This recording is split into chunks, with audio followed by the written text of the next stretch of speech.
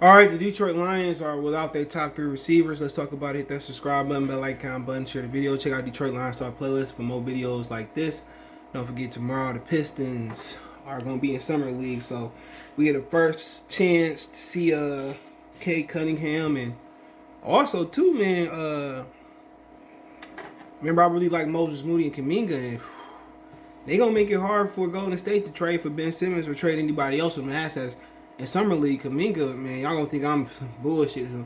Kuminga look like LeBron slash Strodemeyer Swift. People remember Strodemeyer Swift, man. Strodemeyer Swift. Remember back in the day we played I remember 2K was better than better. A lot of people say it was better than live, but we just still play live because that was just it just had the brand. I played 989 Sports and then 98 Shootout. Then they left, but most people play live. Remember they had the dunk, like you be hooping. And then they had the emblems under the player's feet, and the dunk indicated you can dunk and jump up high. Man, Kuminga looked like Strodemeyer LeBron. Yeah, he like Strodemeyer James, LeBron Swift, and me and B Taylor say he might end up being the best player in that draft, man. The way he looked yesterday in Summer League of Moses, I think Golden State is gonna stick with them and Wiseman.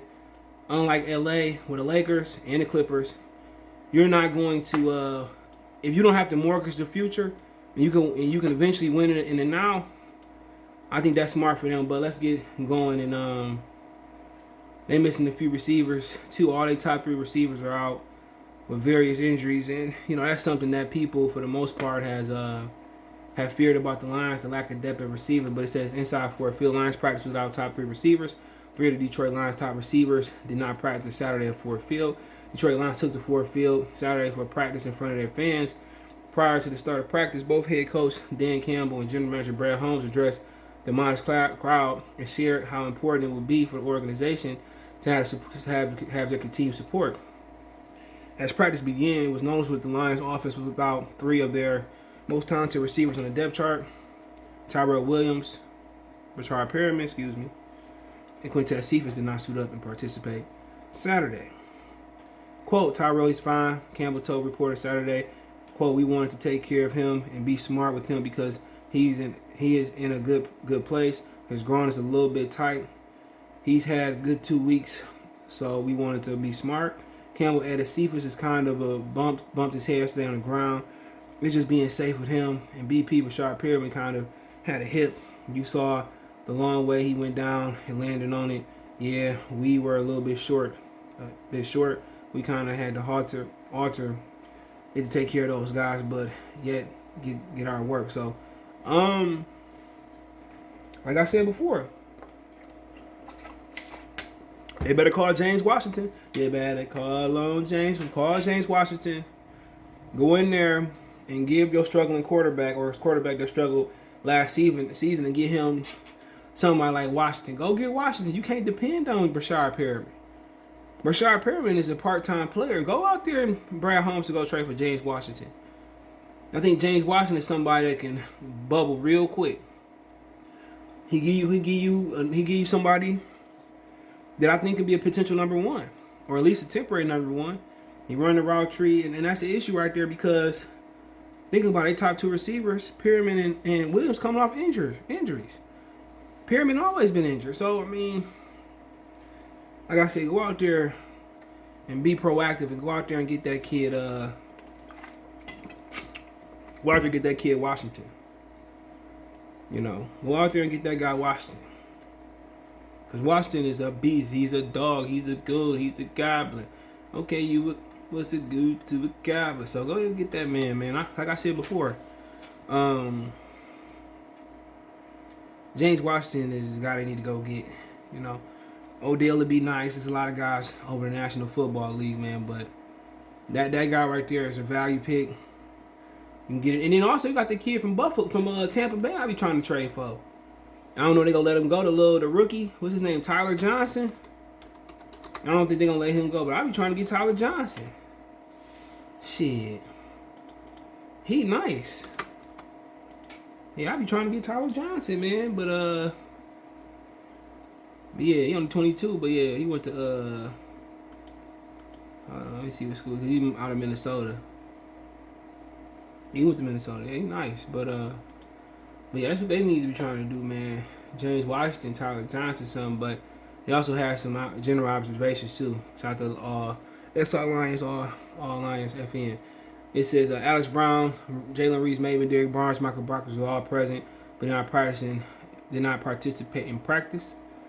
So Nick Williams was not present at Ford Field. He's placed on reserve COVID-19. John Panisi, Corey Elward, Damian Radley, Quentin Dunbar, and Tyrell Crosby also did not practice. Roger Goodell was on hand to witness the Lions practice. Just prior to the completion, he took photos and selfies with several fans as he exited Ford Field. Lions completed warm-ups and drills prior to beginning red zone work. In the red zone, Goff scrambled to his left and would have been surely sacked in live game action, but since his practice, we relaxed the rules. He was open to survey the red zone to find Swift for a touchdown. Following the drill, Swift's day was quite limited. The Lions kickers had themselves a day to forget, as both Randy Bullock and Matthew Wright missed a combined 4 straight field goals from distance. It will be something to observe as preseason progresses how the kickers perform from a distance beyond 45. I told y'all, the Cincinnati fans was laughing. We picked up Randy Bullock. They were saying, we're not going to tell them. We're just going to let them find out. Like, damn, he must suck. On the first play of 7-on-7 drills, cornerback Jeff Okudah had a solid pass breakup. Tight end TJ Hawkinson was a star in practice and recorded 2 touchdown grabs for offense. Second team offensive line blocker was not as stellar as it needed to be and caused Tim Bull not to look as sharp as he has been at Allen Park.